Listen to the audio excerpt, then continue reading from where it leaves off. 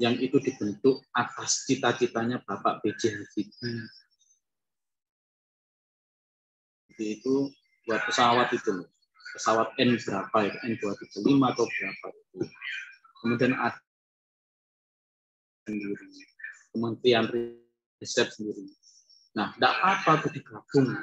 Sekarang Mas disuruh fokus ke risetnya, sekarang mau digabung lagi dengan pendidikan. Kenapa? Negara itu kalau terus kemudian riset dan teknologinya tidak maju, maka anggap aja sebentar lagi menjadi negara gagal. Lah, saya, sahabat-sahabat semua yang berada di lingkungan, terus kemudian ada di PMI, hal-hal seperti ini harus kita kritisi oleh kepada negara itu. Itu sangat rendah misalnya. Kalau bagi dosen misalnya ya, saya sendiri mengalami gitu. Dosen itu 1 tahun misalnya paling tinggi 20 juta. Tetapi yang dikejar itu bukan output di mana hasil penelitian 18 juta atau duit 15 juta yang lo dapat nih, Halim, itu lo pakai buat apa aja. Jadi yang dikejar itu ada kwitansi konsumsi, kwitansi sewa mobil, itu yang dikejar oleh negara, bukan hasil riset. Makanya kemudian saya tidak tahu ya kenapa pola pikir negara kita itu masih seperti itu sekarang. Nomenklaturnya kemarin sudah disetujui oleh DPR, mau masuk, terus kemudian menjadi Kementerian Pendidikan, Risteknya, terus badan apa namanya, ada beberapa badan di naungan riset dan teknologi itu nanti dibubarkan lembaga itu, terus nggak ada. Makin hancur tuh negara kita. Karena lah kita sains, ilmu pengetahuan alam, tidak punya kemampuan matematik, itu ya paling enggak kita paham dengan kondisi seperti itu, terus kemudian nanti cita-cita kita itu, ya ini harus ada nih tempat yang kayak ini memperjuangkan. Kalaupun Anda, sahabat-sahabati sekalian ini nggak mampu tetap untuk mengkritisi, terus kemudian yang terkait dengan itu supaya ada riset dan teknologi ini dikuatkan lagi ya. Di SIP atau sahabat-sahabat yang ada di SIP itu minimal ya cari pasangan yang inilah yang pacar ini pengetahuan alam gitu ya. Minimal begitulah supaya ada keseimbangan. Itu tidak hanya pacaran nanti sama anak FISIP, misalnya berpikirannya itu eksakta. Jadi anaknya itu nanti bisa tumbuh menjadi sosialis betul lah. Kalau sosialis betul kan lama-lama nanti kayak Xi Jinping, lama-lama nanti kayak carilah yang bisa istilahnya menetralisir ini yang ini bingung yang provokasi ini. Nah, itu yang kemudian kalau kita politik dan beberapa bentuk negara. Jadi kalau kemudian kita mau kocei satu-satu ya, itu, terus Anda nanti sinkronkan dengan bukunya Pak Ramlan itu, Prof. Ramlan, nanti ada ideologi. Pasti akan muncul misalnya sistem politik atau ideologi negara liberal, ada sistem politik komunis, jadi ada beberapa hal itu. Tetapi kalau sistem pemerintahan itu ada presidensial, ada parlemen, ada 20 sistem pemerintahan atau bentuk pemerintahan di negara-negara. Ini Mas Haris, saya sampai jam berapa nih ngomong supaya enggak ngomong dong. Diskusinya sampai masih lama Pak, sekitar sampai jam 5 sore. Lamaan, Chris. Kelamaan. Ya nanti mungkin ada pertanyaan dari teman-teman Pak. Maksudnya saya menyampaikan ini berapa menit lagi gitu, supaya Bisa ada tanya jawab. Biar 10 menit lagi, Pak. berapa? 10 menit lagi. Gimana? Oke. Ya. Oke. Nah, ini ada beberapa contohnya. Ada 20 bentuk pemerintahan yang paling umum bisa kita di dunia. Misalnya bentuk pemerintahan anarki. Ini contohnya 91 di Somalia. Dalam kondisi anarki, ada beberapa dan negaranya waktu itu. Jadi menetapkan Somalia itu sebagai negara federasi, kemudian persatuan negara. Jadi isinya perang kalau Somalia. Kenapa? Ini dalam sistem pemerintah ini adalah suatu bangsa atau negara itu beroperasi tanpa adanya badan pemerintah pusat. Terus bentuk negara-negara dewe lah. Misalnya kalau di Indonesia gitu, kalau pemerintahan pusat ono negara Jawa, negara Kalimantan, negara Sumatera. Tapi wilayahnya di mana? Apakah ada pemerintahan pusat? Tidak ada pemerintahan pusat. Lu atur-atur sendiri. Nah, misalnya Kalimantan mau nyerang wilayah kekuasaan Kalimantan mau diperlebar ke Jawa, ya tidak apa-apa. Tetapi negara lain tidak bisa saya. Sebenarnya itu adalah wilayah Indonesia. Mereka satu kuning misalnya. Nah, tetapi bukan. Misalnya nih, bentuk negaranya Amerika itu apa? Nah, itu disebut federasi sebenarnya. Secara formal bisa dikatakan federasi karena tetap ada pemerintah pusat. Negara-negara bagiannya disebut gubernur, negara bagian itu bukan presiden, negara bagian itu. Tetapi mereka pakai negara bagian itu di Amerika ya otonom, tetapi mereka nggak saling perang. Kalau di Somalia suku, hanya golongan di Somalia, mereka membentuk daerah otonom masing-masing. Akhirnya pada tahun 2012 baru ada pengesahan konstitusi yang ada pemerintahan pusat. Hanya coba ingat-ingat kalau teman-teman atau sahabat-sahabat di sini melihat film terorismenya itu dari mana terorismenya? Terorisnya dari Somalia. Sering banget lah Somalia itu jam itu. Sering karena apa? Wes nggak kan wes istilah anarki tok institusi. Kemudian yang kedua ada ada bentuk pemerintahan aristokrasi. Apa ini? Bangsawan kaya diberi kekuasaan atas mereka yang berada di strata sosial rendah. Contohnya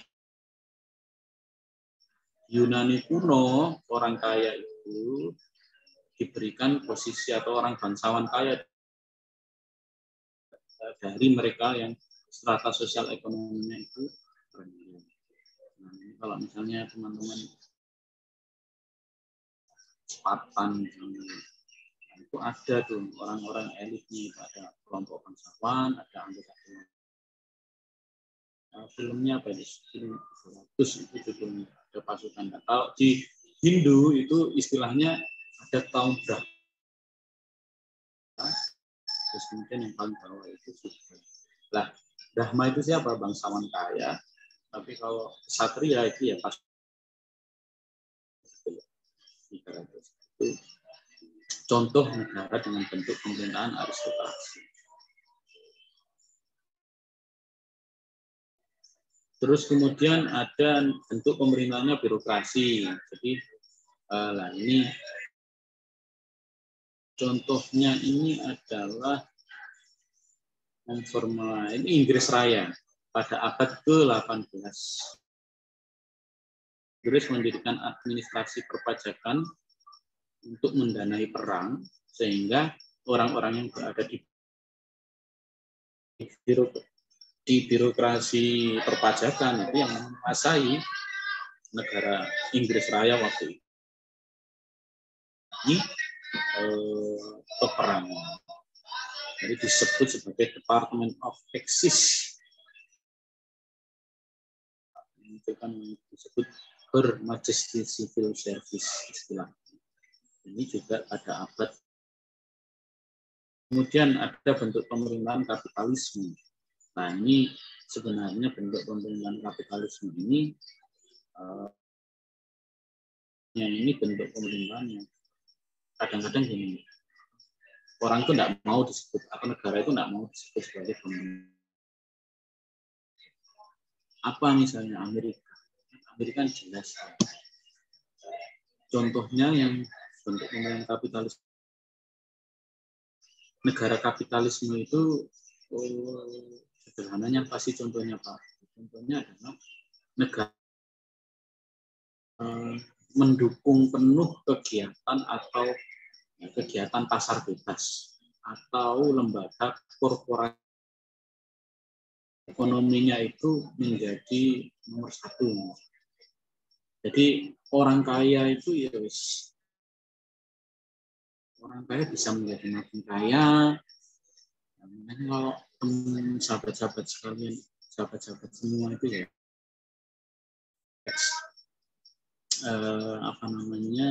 kasus COVID-19 kemarin itu kan banyak kemudian teori konspirasi. Yang paling kuat itu teori konspirasi global itu apa sih? Bahwa COVID-19 itu untuk kemudian pasar bebas atau globalis kapitalis itu bisa menguasai dunia atau bisa mendapatkan. Makanya pertarungannya kemarin adalah pertarungan bagaimana kemudian hegemoni tentang kesehatan itu dipegang penuh oleh WHO kan. Apa-apa WHO, apa-apa WHO, apa-apa WHO. Tapi dari mana nih dana WHO misalnya? Kemarin ada tuh teori konspirasi oleh Bill Gates. Bill Gates itu fungsinya apa sekarang? Ternyata Bill Gates itu teori konspirasi dalam COVID, Microsoft. Kalau komputer itu kena virus, maka Bill Gates itu bisa menciptakan antivirus di dalam. Kalau Microsoft-nya itu kemudian kena virus, maka dia buat antivirus untuk dijual kembali. Nah, sekarang sama kayak lah begitu teori konspirasinya. Ini seluruh dunia nih mengalami perbincangan. Berapa akhir ini sebenarnya sudah mulai menurun, sudah mulai melandai COVID-nya itu. Karena apa? Tetapi itu belum cukup sebenarnya vaksinasi itu. Karena apa? Ada beberapa negara yang sudah mulai semalas vaksin nih. Akhirnya kemudian dimunculkan kembali tuh. Di Inggris ada temuan COVID varian baru. Sekarang ada tsunami baru COVID-19 dari India. Semuanya pada takut lagi tuh. Orang-orang itu sudah mulai menyepelekan penyakit yang namanya COVID ini, virus COVID. Negara kapitalis itu negara yang kemudian menyerahkan semuanya. Istilahnya itu mendukung ekonomi pasar liberal, terus kemudian pasar bebas itu dibuka sebebas-bebas. Nah, di Undang-Undang Dasar kita itu ekonomi kita itu bukan ekonomi kapitalis, tapi ekonomi kita itu kemudian ada inflasi, sehingga kita itu tidak mau disebut sebagai negara kapitalis. Undang-Undang Dasar kita itu menyebutkan kita itu ekonominya jadi tidak jelas bebas sak bebas-bebasnya enggak. Kalau di Amerika sak bebas-bebasnya investasi mau kemana aja, yang mengontrol Makanya Donald Trump kemarin itu bisa kalah di pemilu presiden, padahal dia incumbent. Itu apa? Teori konspirasi juga. Kalah itu karena dia tidak didukung oleh beberapa globalis. Dia Bill Gates waktu itu. Nah, dia yang sama sekali nggak percaya dengan COVID waktu itu. Itu akhirnya dia. Dan itu yang menjadi pertanyaan. Seorang Donald Trump itu terpapar COVID-19. Itu amazing.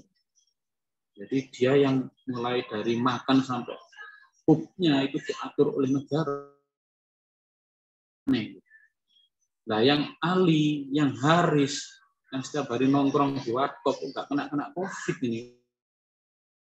Ini sekelas Donald Trump-nya, dia hanya di istana, naik pesawat langsung, dia dikawal oleh sekian orang. Amazing COVID itu. Jadi COVID itu hanya menyerang orang-orang yang sudah dicapai ke akhirat sana. Terus kemudian ada kolonialisme, bentuk pemerintahan kolonialisme. Monarki Eropa ini meluncurkan zaman eksplorasi baru, termasuk petani. Nah, bentuk pemerintahan kolonialisme itu orang-orang Eropa sana itu berunding tuh. Ada Belanda, ada Inggris, ada Prancis, ada Spanyol. Mereka meluncurkan eksplorasi bahari. Jadi mencari negara-negara yang bisa dijajah. Kita ketepaan kena Belanda melalui VOC-nya Inggris. Terus kemudian dapat mana lagi Inggris, Singapura ya. Nah itu sebenarnya sudah di Eropa. Jadi kan lucu gitu. Nah, termasuk kita saat ini apakah sudah tidak kena kolonialisme? Mungkin saja bisa. Sesuatu yang berbeda. Misalnya, nah ini satu contoh nih, misalnya satu contoh. Ali, kamu jawab nih. Kamu buka mute-mu itu. Tak kasih pertanyaan. Ini yang kelihatan cuma Ali sama Haris. Li, berapa utang negara Indonesia itu berapa sekarang?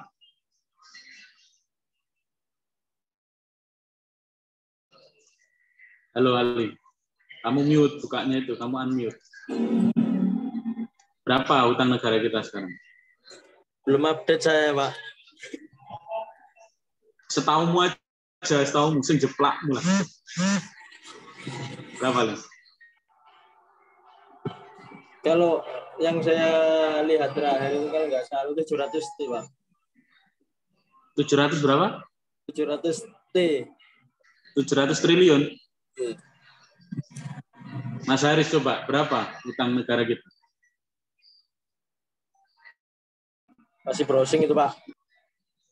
Utang Berapa? negara Indonesia. 700 T-an, Pak. Utang negara kita itu kalau di total itu sebesar 6.000 triliun. Dalam mata uang dolar, Pak. 6.000 triliun rupiah sudah dirupiahkan. Oh, rupiah. Triliun rupiah. Jadi kalau misalnya logiknya 6.000 triliun itu kenapa pemerintah kemarin itu adalah untuk penanganan COVID. Nah itu hampir berapa ya hitungannya? 60 untuk COVID. Jadi ngutangnya memang nggak ngutang langsung 6.000 enggak, tapi hitungannya kemarin itu ngutang 100, ngutang 200 triliun, ngutang 300 triliun. Nah itu total per hari ini ngutang kita itu adalah 6.000 triliun. Hitungan ekonomi ya, kalau kita belajar ekonomi itu ada istilah rasio hutang. Rasio utang itu diukur pendapatan dari domestik rasional bruto. Jadi kayak kita nih barang kita. Sederhananya gini, kita ngutang di bank, misalnya ngutang 1 juta. Usaha Anda apa, Pak? Usaha saya adalah jual tahu tempe goreng, misalnya. Mau dicicil berapa tahun, Pak? Kita cicil 3 tahun, 1 tahun misalnya. Berarti kenanya karena 1 tahun menjadi 1.200.000, utangnya 1 juta. Lah, akan sederhananya itu kayak jualan tempe kita itu dihitung. Jualan tempe itu sehari dapat untung berapa? 10.000 kalikan 30 hari 1 bulan. Oh, 300.000 buat nyaur 100.000 cukup. Nah, rasio hutang kita itu sudah mencapai 25%. Masih bisa, masih. Limitnya itu berapa? 30%. Jadi hitungan 30% itu dari hasil ekspor. Itu nanti sedikit, jadi istilahnya kalau hasil penjualan tahu tempe kita itu sedikit, maka kita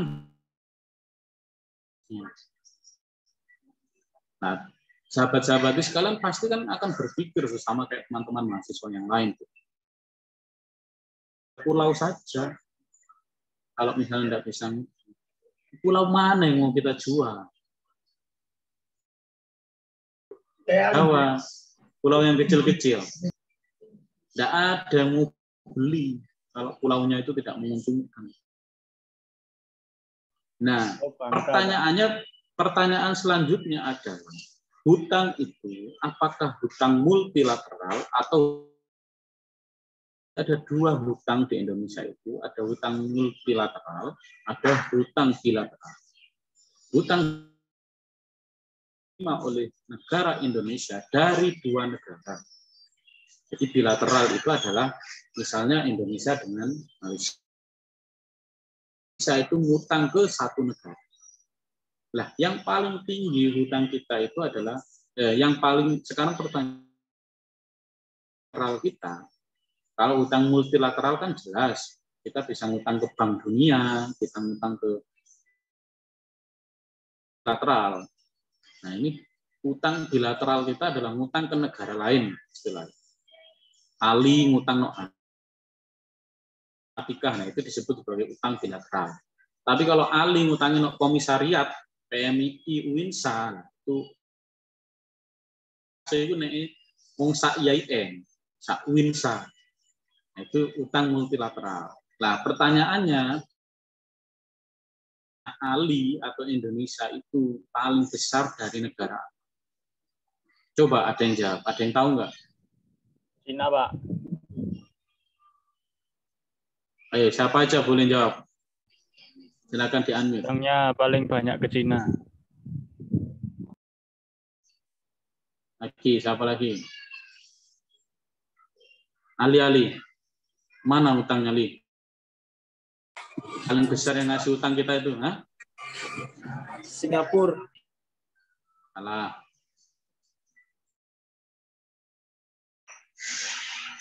Cina, Pak. Salah, Cina, Tiongkok, salah. Yang paling besar Swiss. 180 triliun gitu. Itu ke negara JAV. JAV. Kamu sok-sok enggak tahu JAV ini. Negaranya Nobita itu, Pak. Oleh Ali, JAV itu yang ngutangin kita paling banyak.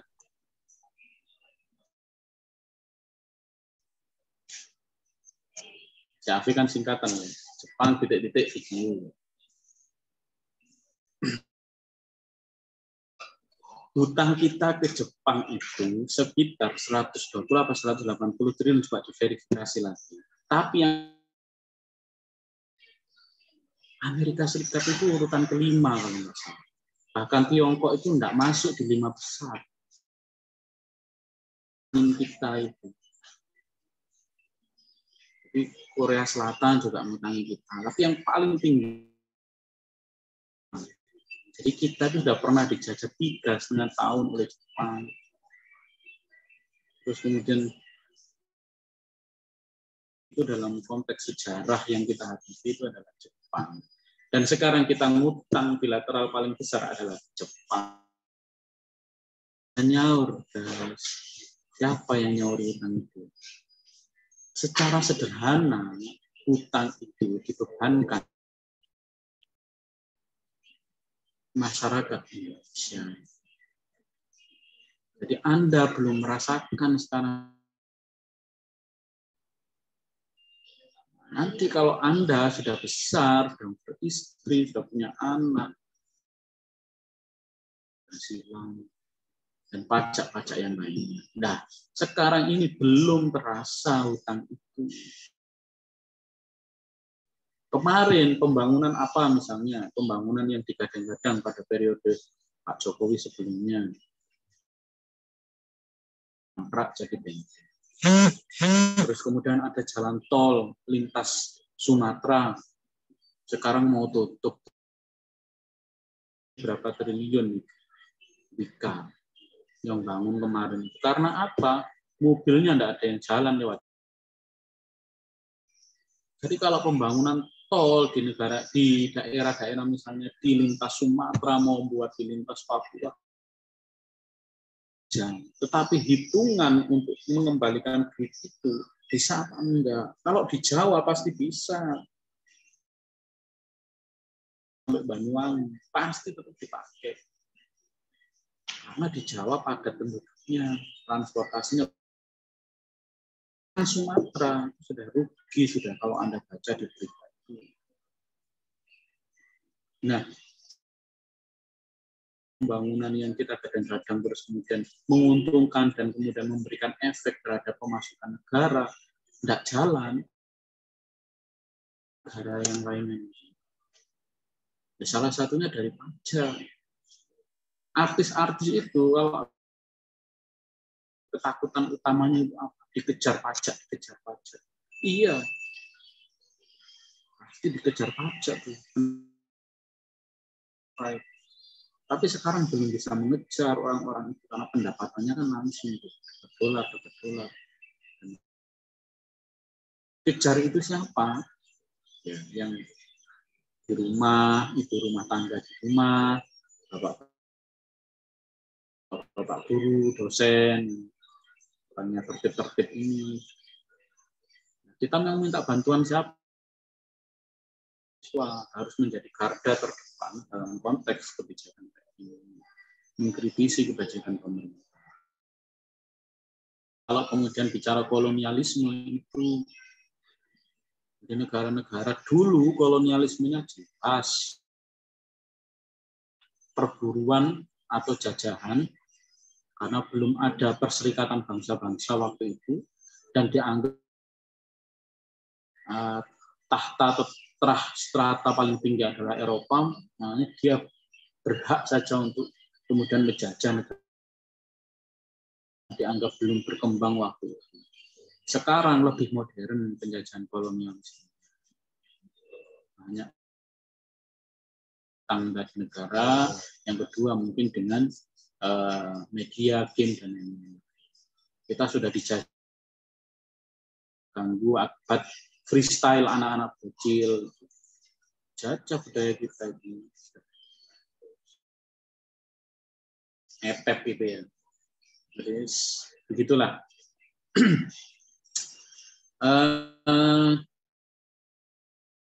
Untuk pemerintahan lagi, saya bacakan aja. Ada komunisme, ada demokrasi, ada federalisme,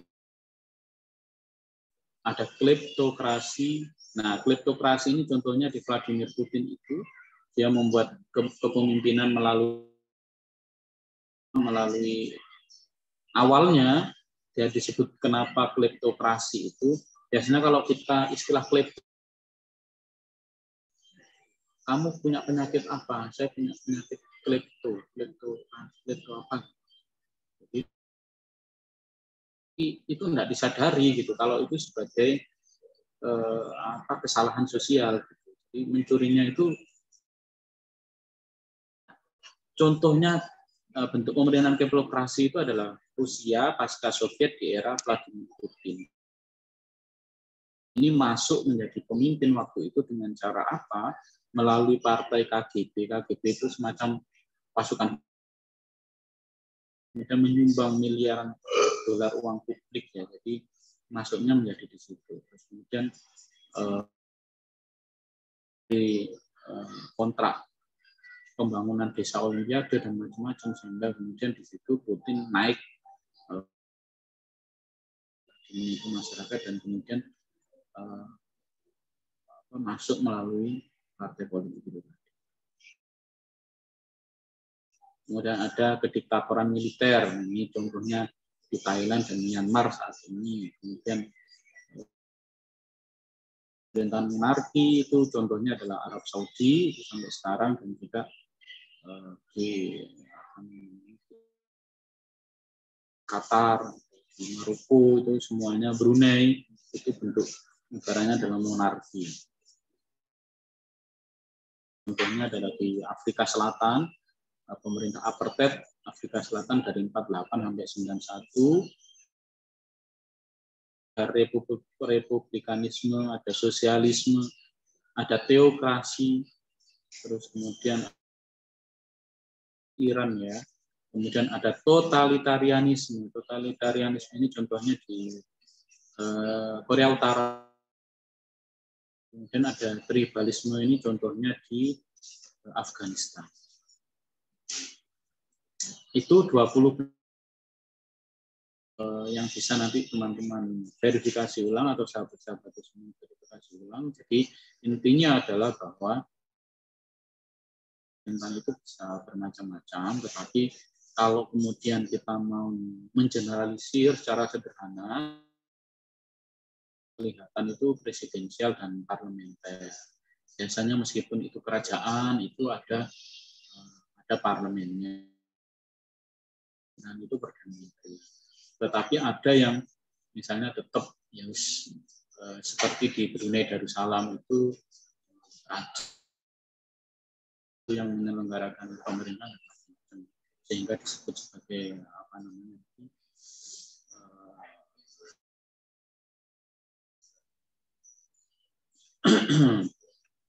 saya kira itulah beberapa hal yang terkait secara sederhana teman-teman bahwa bisa menyamakan atau mensinonimkan antara sistem negara, misalnya demokrasi, terus kemudian komunisme,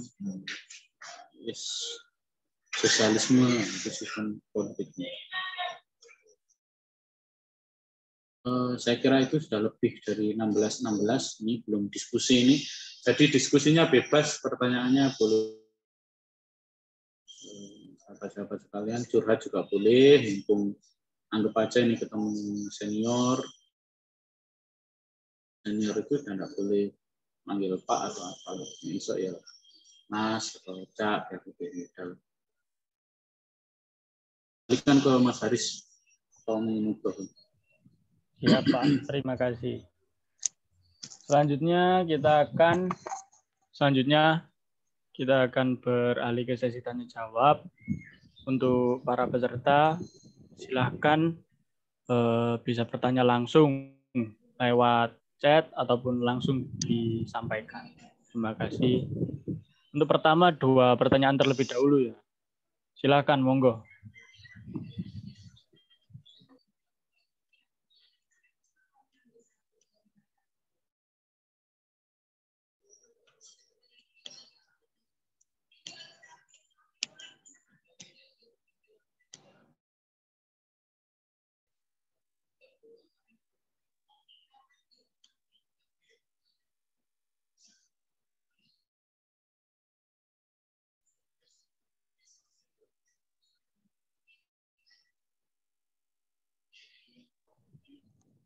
Halo teman-teman. Monggo untuk pertanyaannya.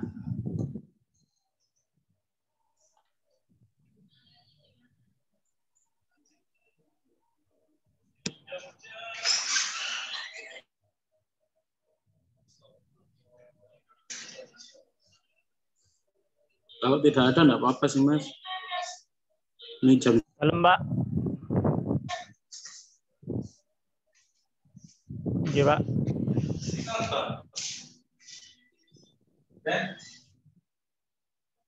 Pendapat atau apa? Ya.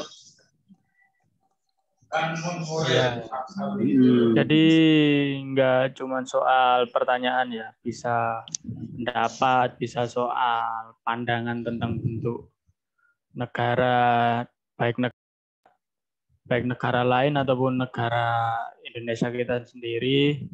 Silakan bisa sharing-sharing lah istilahnya. Kalau memang istilah tanya jawab terlalu berat. Gimana?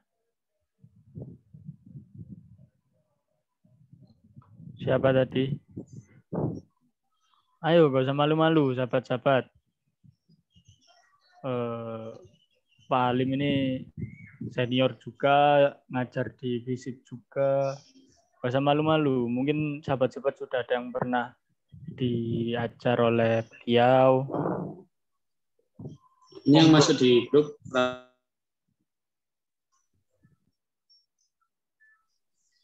Halo, Mbak. Rata-rata semester berapa yang? Oh, ini campur, Pak. Ada yang semester 6, ada yang semester 4, semester 2 juga banyak yang ikut Pak ini, Pak.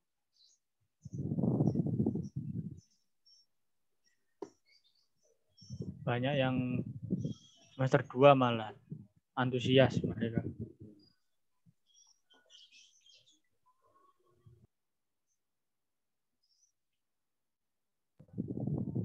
Monggo kawan-kawan, sahabat-sahabat.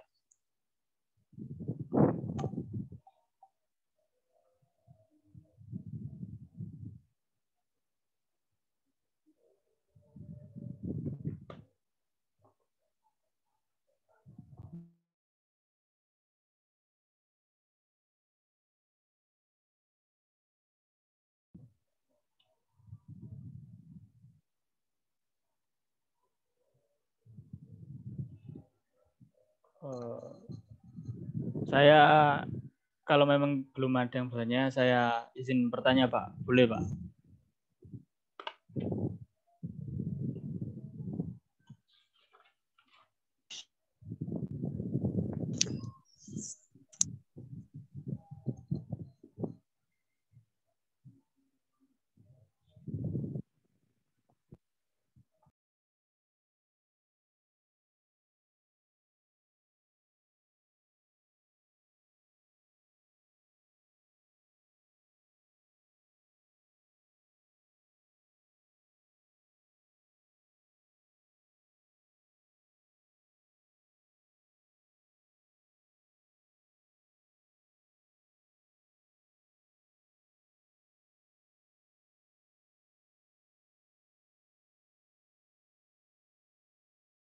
Pak, ada yang bertanya di kolom chat dari sahabat Sabil Mukhlisin.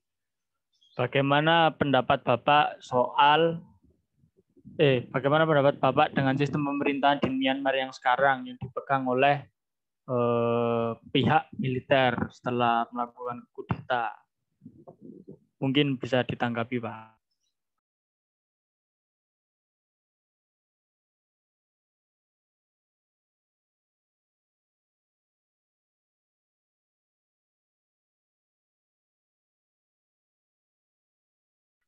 Coba diulang, Mas. Bagaimana pendapat Bapak dengan sistem pemerintahan di Myanmar yang sekarang yang dipegang oleh pihak militer? Seperti itu, Pak. Oke. Kalau kita kembali ke persoalan di Myanmar, kemudian tadi kita bisa memakai sistem politiknya David Easton sama Gabriel Almond, itu ini orang-orang strukturalis ya, bersama dengan Talcott Person juga. Jadi istilahnya secara input kembali lagi ya, secara input saya tidak bisa mengatakan itu adalah negara demokratis sekarang. Tetapi di periode Aung San Suu Kyi pun Myanmar pun tak bagus-bagus amat. Jadi negara ini memang sejak awal memang konflik. Sebelum pun dia harus memperoleh, dia menjadi seorang seorang aktivis HAM ya. Memimpin Myanmar pun itu kasus di mana itu, di pembantaian itu kan di zamannya Aung San Suu Kyi, yang siapa waktu itu yang hanya ya yang sekarang memimpin itu yang namanya siapa itu. Jadi dalam bahasa saya itu keluar kandang keluar mulut. Artinya apa? Myanmar itu kondisinya seperti itu sekarang, meskipun masyarakatnya secara demokratis ketika dipimpin Aung San Suu Kyi ya. Tetapi pada konteks hari ini kudeta terjadi kan, tidak puas dengan kepemimpinan Aung San Suu Kyi di sana.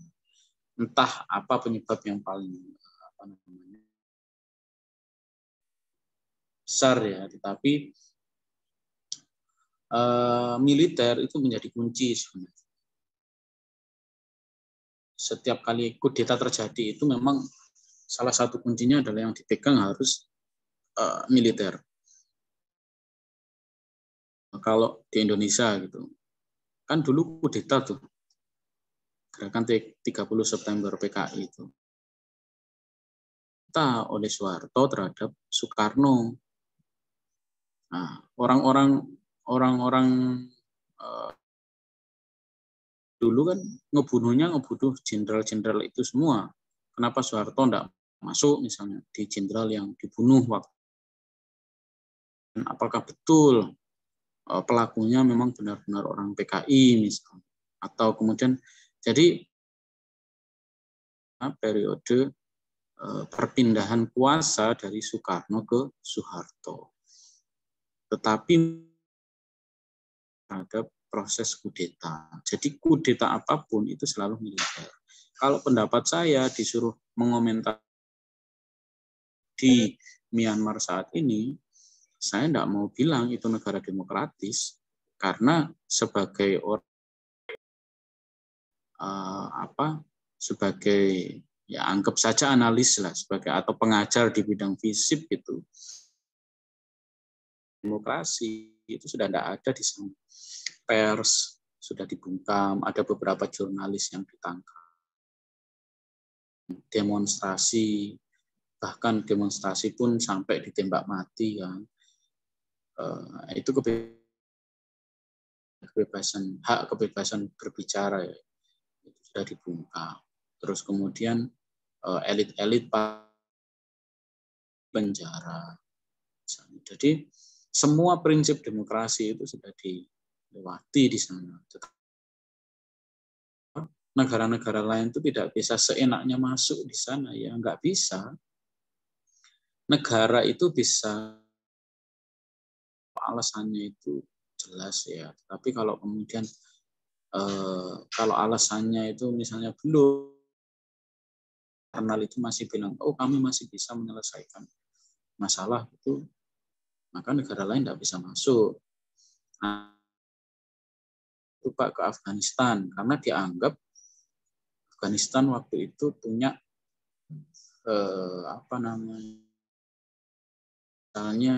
senjata nuklir misalnya.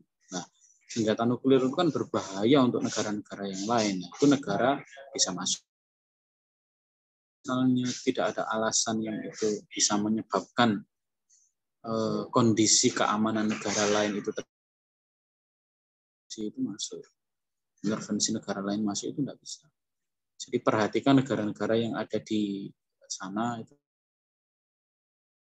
Lah Korea Utara kenapa tidak bisa dimasuki Amerika, Pak? Karena Korea Utara sama backing banyak. Iran juga sama, masih ada Rusia di sampingnya. Di Korea Utara, China. Jadi kayak gitulah. Nah, Myanmar ini sebenarnya masih antara kenapa ya? Mungkin menurut Amerika. Jadi, atau kemudian si kudeta hari ini tunduk dan patuh kepada Amerika atau jadi nanti kita lihat aja lah ke depannya. Tapi kalau pendapat saya dalam konteks itu tidak bisa disebut sebagai negara demokratis atau sistem politiknya demokratis. Jadi ketika junta militer, ketika kudeta masuk, maka dia masuk ke bentuk pemerintahan yang lain. Mungkin bisa masuk ke totalitarianisme seperti Korea Utara.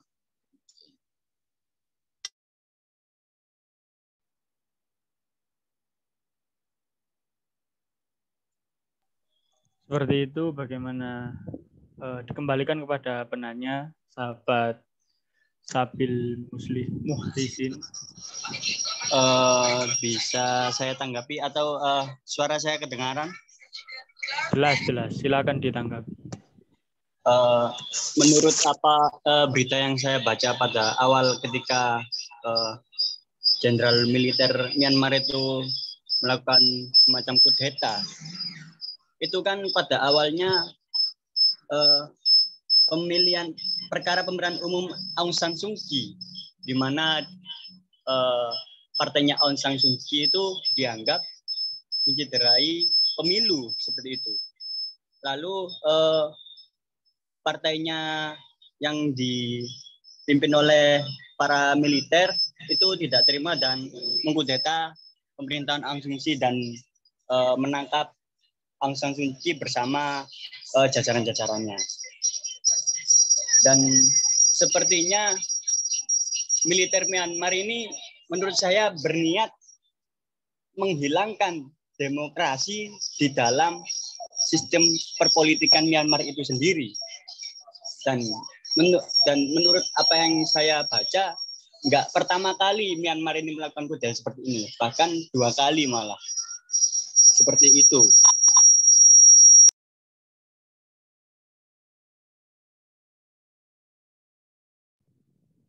Sudah selesai dari sahabat Sabil? Sudah. Tanggapannya tadi, sahabat Sabil berbicara soal tanggapannya tadi bahwa kudeta tersebut itu bukan pertama kalinya dan memang sudah menjadi upaya dari pihak militer untuk melakukan kudeta dan menghilangkan demokrasi dari Myanmar yang sebelumnya nilainya juga sangat kurang. Seperti itu, Pak. Mungkin bisa ditanggapi lagi. Oh iya, sebentar. Ini mungkin bisa di cross check kembali apa yang saya ketahui ya. Di dalam sistem pemerintahan Myanmar itu militer itu juga memiliki andil, di mana ketika demokrasi nggak jalan, maka militer Myanmar itu bisa mengambil alih pemerintahan. Itu bisa dikasih kembali apakah saya salah atau di sistem pemerintahan Myanmar itu seperti itu atau tidak.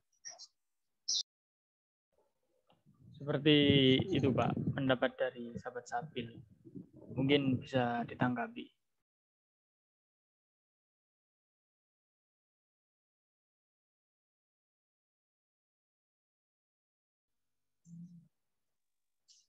Oke, bahkan itu kalau kami Myanmar itu betul apa yang disampaikan oleh Mas Jafar itu.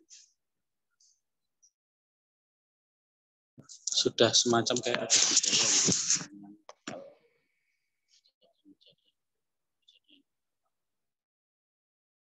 Belum periode Aung San Suu Kyi pun, Aung San Suu Kyi kan pernah jadi tahanan rumah misalnya. Kemudian ketika reformasi ketika dianggap sebagai bahwa itu ada kecurangan dan lain-lain. Kemudian sekarang militer berhak untuk kemudian mengkudeta. Kalau kewenangan dalam konteks negara demokrasi, militer itu hanya sebagai pengamanan. Kalau militer TNI itu adalah eksternal, jadi dia menghalau segala hal yang berkait dengan kondisivitas dari luar negara lain. Polisi itu di dalamnya. Jadi kalau ada sesuatu di internal yang kurang kondusif, baru polisi. Nah, kalau misalnya negara itu sebagai negara demokrasi, harusnya menerapkan sistem. Tetapi kalau kemudian negara itu lemah dalam konteks kepemimpinan, ya. Kalau misalnya Pak Jokowi itu lemah dalam konteks kepemimpinan dan dia tidak militer yang ada di Indonesia, ya bisa jadi dikudeta. Sangat sederhananya berarti Aung San Suu Kyi dalam konteks politik itu tidak bisa mengamankan seluruh yang ada di Myanmar. Misalnya, kenapa sih sederhana di Indonesia, contohnya analoginya gini, kenapa sih Menteri Pak Jokowi itu kok kebanyakan dari partai politik? Ya karena karena partai politik itu yang di Indonesia. Jadi kalau kemudian tidak dimasukkan menjadi koalisi, kemudian dia menjadi oposisi.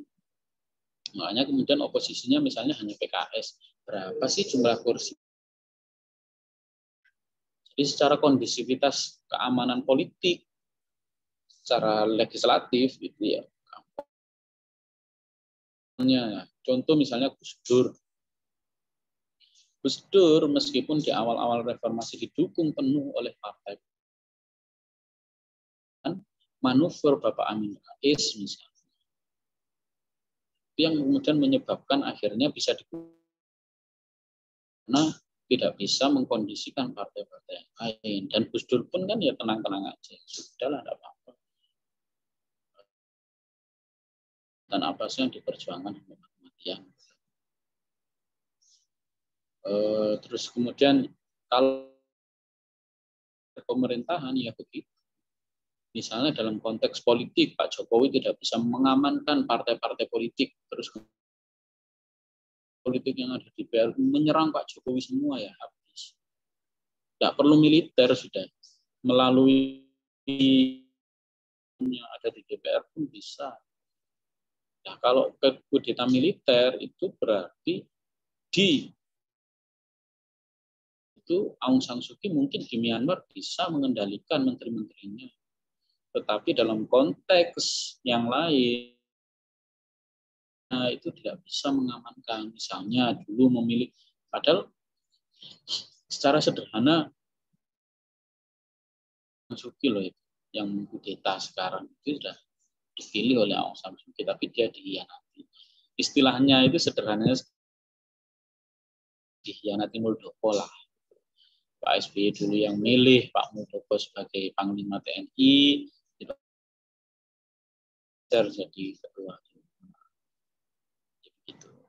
Nah, sama, berarti tidak bisa secara kepemimpinannya kemudian banyak pemimpin-pemimpin negara itu yang sekarang ketika menjabat itu besar, pengen beberapa periode. Seperti tadi di awal-awal sudah saya sebutkan, ada Vladimir, dan kemudian ditiru di partai-partai politik kita, Caimin di PKB, terus Prabowo di Gerindra, Megawati di PDI, AHY di Demokrat. Jadi partai yang dikuasai oleh satu orang yang ada di negara kita itu, yang masih belum ada semacam PKS itu masih aktif, harus satu periode itu ganti. ganti, PAN 2 periode ganti, P3 masih bagus tuh Pak. PKB sudah berapa tahun itu? PKB sudah berapa tahun tuh nggak ganti-ganti. PDIP tidak pernah ganti. Jadi itulah analoginya begitu. Juga ya betul, memang di Myanmar itu sering terjadi semacam sudah kayak biasa. Gitu. Tapi kalau dalam konteks teori demokrasi ya saya tidak setuju kalau negara tersebut negara demokrasi. Oke, Mas Haris, kira-kira tanggapannya. Ya, terima kasih atas tanggapannya. Mungkin masih bisa satu pertanyaan lagi ya untuk sahabat-sahabat. Silakan untuk sahabat-sahabat bisa bertanya. Mungkin Mas Ali ini mau bertanya ini. Sudah bertanya-tanya dalam kepalanya ini ada pertanyaan. Monggo Mas. Ini saya masih mikir pertanyaan.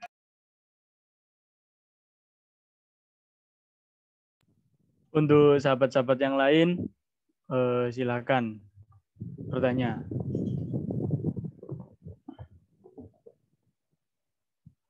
Untuk Pak Halimur Rosyid berarti bahwa bisa dikatakan menanggapi pertanyaan dari sahabat Sabil tadi bahwa Aung San Suu Kyi sebagai presiden di Myanmar ini gagal dalam mengontrol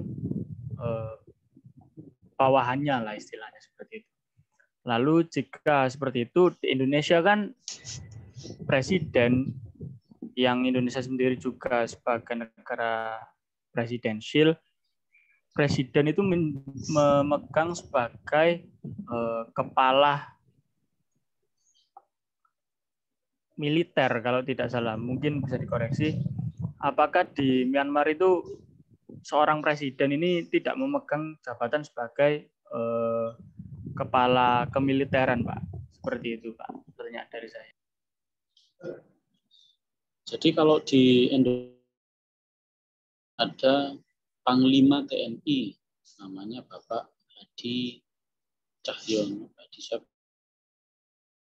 Bapak Hadi itulah Panglima TNI kita.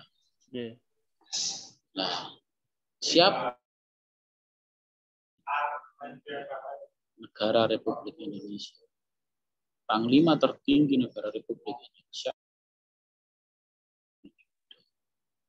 Jadi kalau Panglima TNI itu bintangnya 4, maka Pak Jokowi itu bintangnya adalah, jadi itu Panglima tertinggi. Dia bisa merintah Panglima TNI itu apa saja. Makanya kemudian kan ada KSAD, Kasat, ada KSAL, ada KSAU. Bintang 3 mereka, bintang 4-nya Panglima TNI. Nah, Kasat, Kasal, K-nya apa sih? Itu kalau Kasat, KSAU, KSAL-nya itu semuanya. Terus kemudian Kapolri, itu terus kemudian tidak mau nurut sama Pak Jokowi semua, ya bisa habis Pak Jokowi. Tapi kalau milih-milih itu kan, makanya kemudian kuncinya adalah milih. Mampu nggak Pak Jokowi itu memilih dan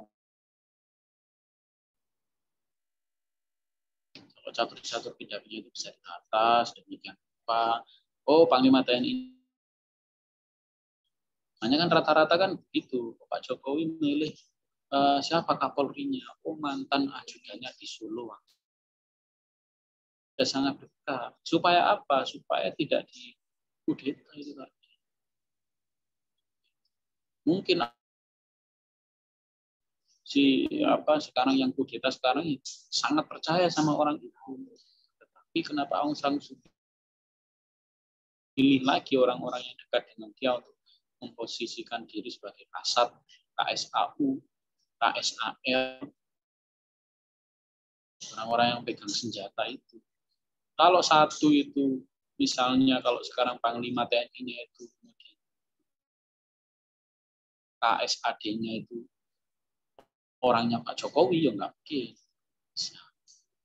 Jadi ya, benar tadi Mas Haris menunjukkan bahwa ini tidak mampu nih sepertinya Aung San Suu Kyi bawahan itu dalam konteks struktural. Nah, kalau kemudian kita pakai struktural, komando di otaknya Aung San Suu Kyi itu seolah-olah komando otak. Misalnya, mata ini melihat gadis cantik yang lewat, terus ini bagaimana mulut itu, terus kemudian menyapa hai, itu kan perintah satu otak. Nah, di struktural fungsionalismenya itu tidak jalan. Jadi jalan sendiri-sendiri, bahkan kemudian padahal tidak sakit apa-apa. Ini berarti istilahnya kalau kemudian badan kita yang biasanya enak-enak tenang dari luar, misalnya terus tiba-tiba tangan nampar muka sendiri, sederhananya begitu. Padahal jadi secara sederhana struktural fungsionalisme itu. Jadi secara fungsi di Indonesia itu harus diperhatikan betul karena ini negara besar. Makanya kemudian kemarin itu Pak Presiden, kenapa Pak Prabowo itu dimasukkan jadi Menhan? Karena selisihnya itu cuma sekitar 2,5%, 51%. Jadi kalau misalnya waktu itu Pak Prabowo itu terus kemudian memaksa diri untuk habis mahkamah, kita melakukan perlawanan jihad fisabilillah, membela Pak Prabowo sampai mati-matian itu mungkin, tapi terus kemudian dia memilih, Pak Prabowo memilih, ya sudahlah, nggak usah, sudah selesai, sudah di mahkamah selesai, batas kitanya sudah sampai di situ, perjuangan sekarang bersatu kembali. Jadi dari situ kenapa kemudian partai-partai yang lain diajak masuk. Nah, ya fungsinya itu supaya struktural fungsional itu berjalan sesuai dengan tugas. Ini ada yang lemah nih sebenarnya dari sisi Pak Jokowi, itu dari sisi tadi Mas Haris sempat bilang wakil presiden ini hampir tapi bagaimanapun juga ya, karena kita konteks orang NU, orang PMII ya, lah sebenarnya. Tapi dalam konteks struktural fungsional itu banyak analisis politik di sisi Pak Jokowi sendiri yang dominan wakil presiden itu sebenarnya bisa dikatakan tidak jalan. Kira-kira begitulah. Saya kira mungkin sebagai penutup juga sekalian Mas Haris, teman-teman juga harus ada persiapan berbuka puasa. Saya berterima kasih kegiatan sahabat-sahabat semua. Saya sangat berhormat meskipun banyak juga mungkin kekurangan dari, maaf. Terus kemudian sekali lagi saya mengucapkan terima kasih, selamat berbuka puasa bagi semua di rumah dan tempat masing-masing. Terima kasih Mas. Sama-sama. Terima kasih untuk waktunya. Terima kasih untuk waktunya dari Bapak Halim Rosyid selaku komentari pada hari ini. Sampailah kita di penghujung acara Tadarus Sosial dan Politik dengan tema Sistem Pemerintahan dan Sistem Politik Dunia. Mungkin untuk teman-teman, untuk sahabat-sahabat bisa on cam terlebih dahulu untuk dokumentasi terlebih dahulu, Pak Nggih. Nggih, monggo. Monggo Mas Ali. Nanti saya dikirimi ya. Nggih, Pak. Siap, Pak. Untuk sahabat tadi yang pertanyaannya belum terjawab, mohon maaf. Mungkin di lain waktu bisa terjawab pertanyaannya. Siap. Saya rasa mungkin juga kurang spesifik ya, tapi emang pertanyaannya lebih seperti itu sih. Mungkin nanti bisa diselesaikan di lain waktu lah. Ya, monggo untuk Mas Ali bisa didokumentasikan terlebih dahulu. Silakan on cam semua sahabat-sahabat.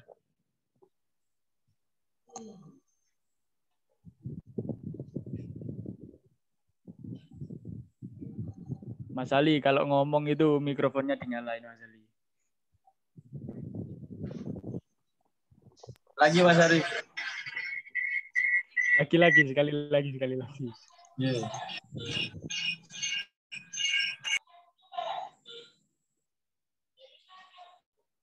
1, 2, 3. Sekali lagi saya ucapkan terima kasih untuk Bapak Ali Murrosyid sudah memberikan ilmu kepada sahabat-sahabat di sini, sudah memberikan pencerahan untuk sore hari ini, dan semoga menjadi manfaat di bulan suci Ramadan pada tahun ini. Allahumma fiqh ila aqwamit thoriq. Assalamualaikum warahmatullahi wabarakatuh. Waalaikumsalam. Terima kasih banyak Pak Ali. Terima kasih banyak Pak Ali Murrosyid. Terima kasih Mas Aris, Mas Ali. Nggih, Pak. Assalamualaikum. Waalaikumsalam warahmatullahi wabarakatuh.